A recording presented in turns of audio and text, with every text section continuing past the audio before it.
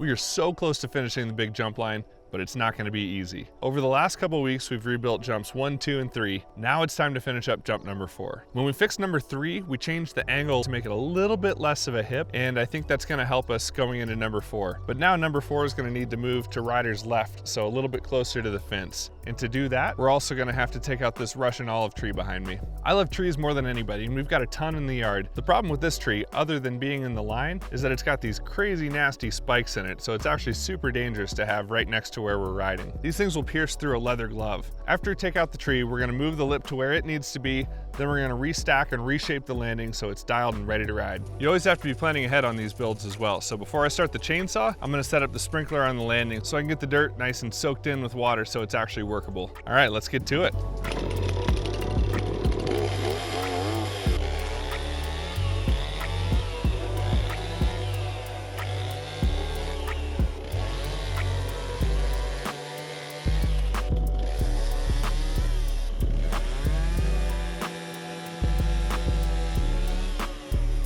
I always want to make the most out of everything I have, so instead of just burning all of this tree in the bonfire, I'm going to save the chunks that are big enough to burn in my fireplace in the winter, so I can actually heat my garage and heat my house with it, and the rest I'll just burn here in the bonfire.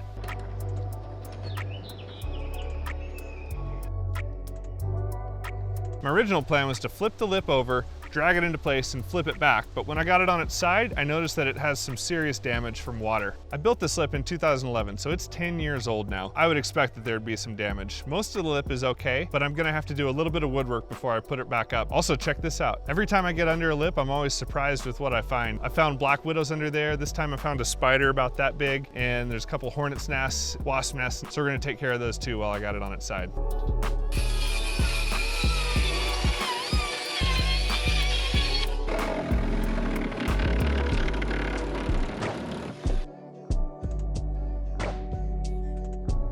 I've never seen a worm come out of wood before.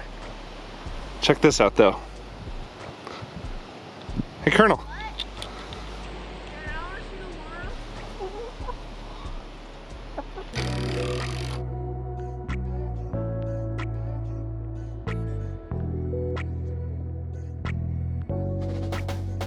It makes your life much easier if you start your screws before you put the board up into a weird place that's hard to hold. So the bottom part of this plywood isn't in very good shape. So what I'm doing is basically sandwiching this in between good plywood and a good piece of 2x6 for a new bottom of the lip, and I think that'll hold it for another few years.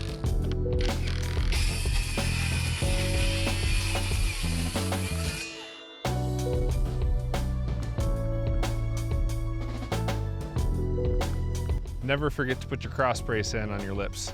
That's what holds the whole thing together. Before I flip this thing back over, I wanted to make sure that this is as level as I could get it and really do my best job to hopefully just put it down and have it sit flat and solid. It usually doesn't work out quite that well, but I'm gonna give it a try. It's got a little bit of wobble, so I'm gonna fix all the high spots and the low spots so it sits flat.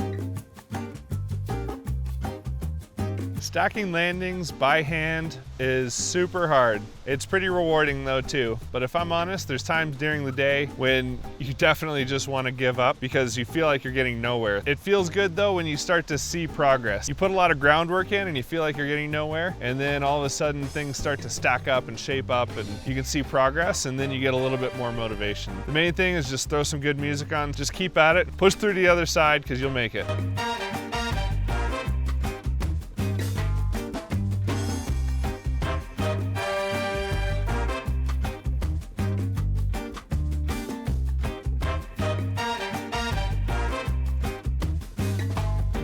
Quick packing tip, if you don't feel like your arms are about to fall off, you haven't packed it well enough.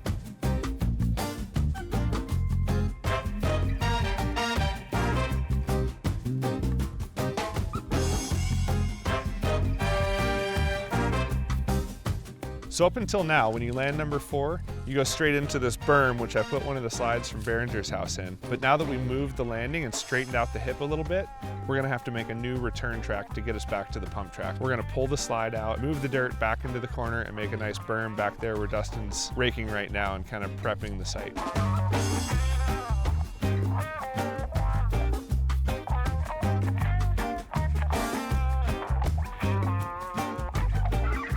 I got a last minute call for some dirt, so don't say no to new dirt.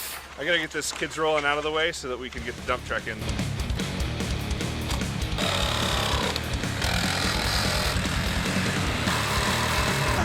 Butt shot! Come to this. Can't rip them apart, but we gotta get the new dirt.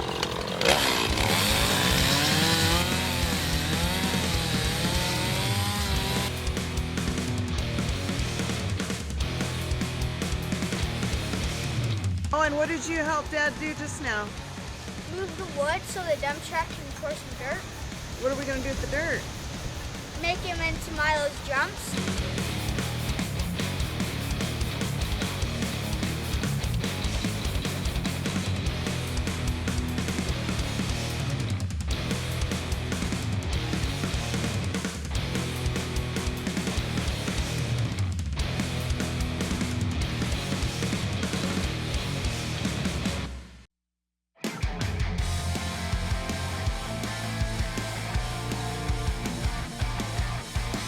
So we got this landing stacked. It's way taller than it's ever been. It's really never looked this good, even since the beginning when I first built this thing. I've needed to fix this thing for a long time. Couldn't be happier with it.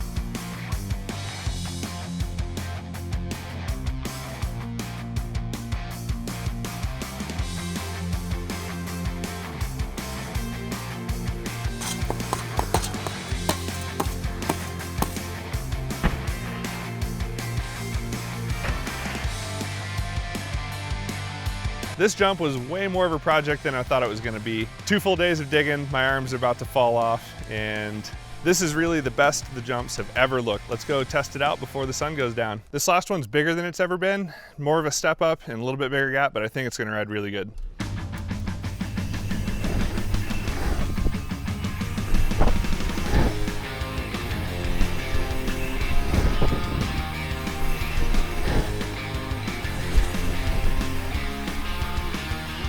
Oh, that was rad. Really snaked it right in there. That was the perfect line between casing and not casing. That's like if you had to pick the ideal spot to land on, that's basically it. I think we did a good job. This thing's in the right place. Let's ride some more.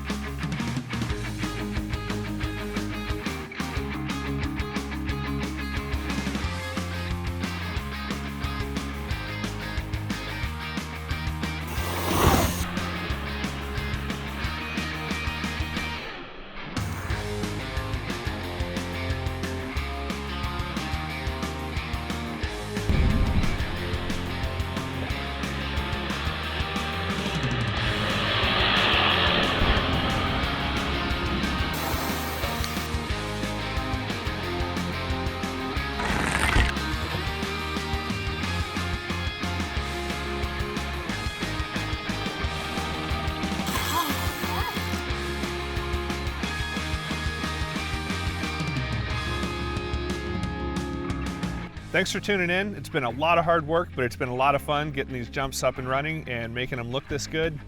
And they're gonna be running like this for the rest of the summer, so pretty excited. Now that the sun went behind the hills and we're losing our light, I'm gonna get these jumps tuned up, fix the ruts, and pack them in and water them in. Thanks for watching, and stay tuned for the next build. A ton of hard work, then I have more hard work, then I have even more hard work later. Oh, Whew.